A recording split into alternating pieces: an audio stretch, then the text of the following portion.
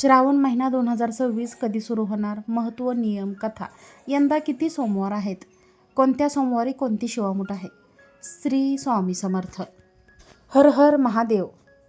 यांचा पवित्र महिन्याचे प्रत्येक शिवभक्त अगदी मनापासून आतुरतेने वाट पाहत असतात.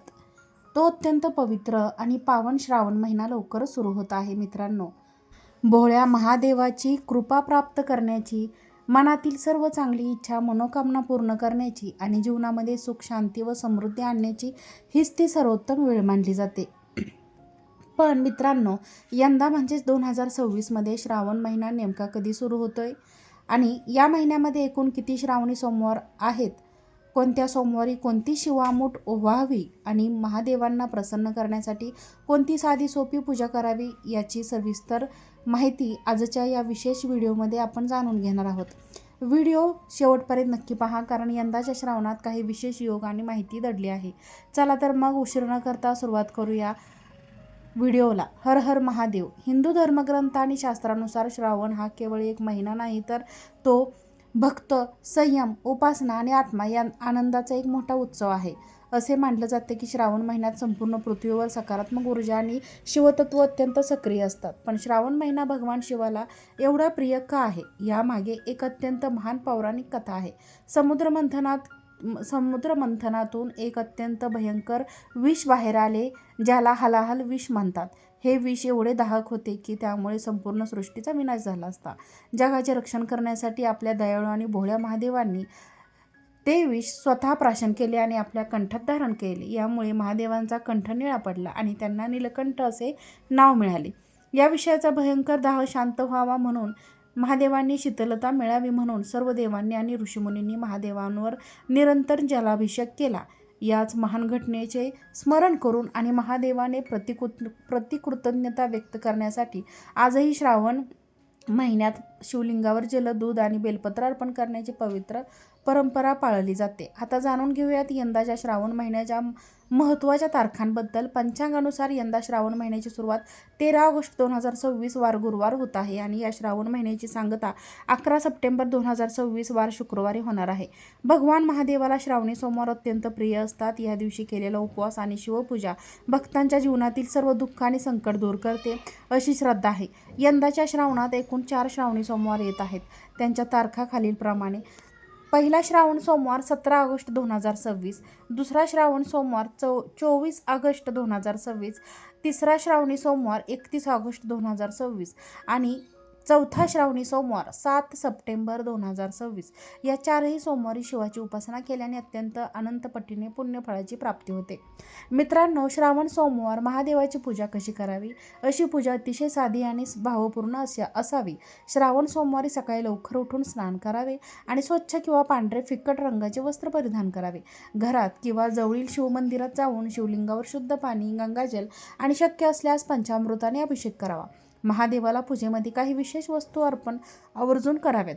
स्वच्छ आणि अखंड 3 पानाचे बेलपत्र, धोत्र्याचे फूल व पांढरी स्वच्छ फुले, भस्म आणि पांढरे चंदन, अक्षता, न तुटलेले तांदूळ, अक्षता, सात्विक फळे आणि नैवेद्य अभिषेक किंवा पूजा करताना मनातल्या मनात ओम नमः शिवाय किंवा महामृत्युंजय मंत्राचा निरंतर जप करत राहा. लक्षात ठेवा, आपले महादेव हे अत्यंत भोलेनाथ आहेत. त्यांना महागड्या वस्तू किंवा मोठमोठ्या औदुंबराची गरज नसते.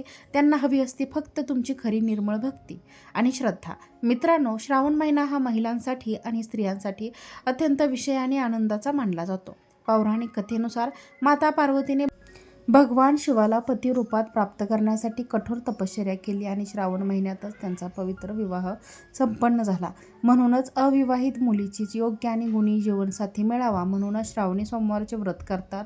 तर विवाहित स्त्री आपल्या पतीच्या दीर्घायुष्यासाठी, उत्तम आरोग्यासाठी आणि कुटुंबात सुख समृद्धी नांदावी म्हणून शिवपार्वतीची पूजा करतात. महाराष्ट्रात श्रावणी सोमवारी शिवमूठ वाहण्याची एक सुंदर आणि समृद्ध परंपरा प्राचीन काळापासून चालत आली आहे. शिवामूठ म्हणजे भगवान शिवाला प्रत्येक सोमवारी एका विशिष्ट धान्याची मूठभर अर्पण करणे. ही मूठ या परंपरेमागे निसर्गाविषयीचा आदर, कृतज्ञता आणि अन्नपूर्णा देवीचा आशीर्वाद प्राप्त करण्याचा भाव असतो. पहिला श्रावणी सोमवारी 17 ऑगस्ट 2026 तांदळाची शिवामूठ धान्य, तांदूळ, अक्षता, तांदूळ हे शुद्धता, समृद्धी, अन्नपूर्णता आणि शुभतत्वाचे प्रतीक मानले जाते. पहिल्या सोमवारी शिवलिंगावर तांदळाची शिवामूठ वाहून आपल्या कुटुंबात अन्नधान्याची आणि सुखाची कधीही कमतरता भासू नये अशी प्रार्थना केली जाते. दुसरा श्रावणी सोमवार 24 ऑगस्ट 2026. तिळाची शिवामूठ. धान्य हे तीळ, पांढरे किंवा काळे तीळ. महत्त्व. धार्मिक विधीमध्ये तिळाला विशेष स्थान आहे. दुसऱ्या श्रावणी सोमवारी तिळाची शिवामूठ वाहिल्याने संचित पापांचा क्षय होतो, इतरांचे आशीर्वाद प्राप्त होतात आणि जीवनातील सर्व नकारात्मकता दूर होते. तिसरा श्रावणी सोमवार 31 ऑगस्ट 2026. मुगाची शिवामूठ. धान्य अख्खे मूग, हिरवे मूग. महत्त्व. सात्विक आणि पौष्टिक धान्य आहे हे मूग. हिरवा रंग नवजीवन आणि आरोग्याचे प्रतीक आहे. तिसऱ्या सोमवारी मूग अर्पण केल्याने उत्तम आरोग्य, मानसिक शांतता आणि कुटुंबाची प्रगती साधली जाते. चौथा श्रावणी सोमवार 7 सप्टेंबर 2026. गव्हाची शिवामूठ. योग्य. गव्हाचे महत्त्व. समृद्धी, भरभराट आणि स्थैर्याचे प्रतीक आहे. सोमवारी गव्हाची शिवामूठ वाहणे व्यवसायात यश आणि प्रगती, जीवनात स्थैर्य लाभावे अशी प्रार्थना केली जाते. थोडक्यात सांगायचे तर तांदूळ म्हणजे शुभ सुरुवातीला, तीळ म्हणजे पापाचा क्षय, आत्मशुद्धी, मूग आरोग्य, सकारात्मकता, गहू म्हणजे संपन्नता. अशा प्रकारे भक्तीचा हा प्रवास अन्न, शुद्धता, आरोग्य आणि समृद्धी या 4 टप्प्यात पूर्ण होतो. श्रावण महिन्याचे पूर्ण फळ आणि महादेवांची कृपा मिळवायची असेल तर या महिन्यात काही साधे आणि महत्त्वाचे नियम पाळणे गरजेचे आहे. दररोज शक्य असल्यास जवळच्या शिवमंदिरात जाऊन दर्शन घ्यावे, सात्विक आहार घ्यावा आणि मन स्वच्छ ठेवावे. गरजू आणि गरीब व्यक्तींना अन्न किंवा वस्त्राचे दान करावे. घरात रोज सकाळी व संध्याकाळी दिवा लावून ओम नमः शिवाय या मंत्राचा जप करावा. काय टाळावे? या संपूर्ण महिन्यात मांसाहार, मद्यपान टाळावे. कोणाबद्दलही वाईट विचार, राग, द्वेष किंवा व्यर्थ विवाद करू नये.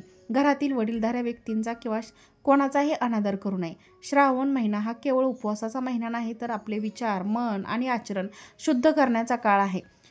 मित्रांनो आणि मैत्रिणींनो, हा व्हिडिओ तुम्हाला जर आवडला असेल तर व्हिडिओला लाईक करा, चॅनलला सबस्क्राईब करा आणि हा व्हिडिओ जास्तीत जास्त लोकांना शेअर देखील करा. आजचा व्हिडिओ पाहिल्याबद्दल खूप खूप धन्यवाद. श्री स्वामी समर्थ. ओम नमः शिवाय.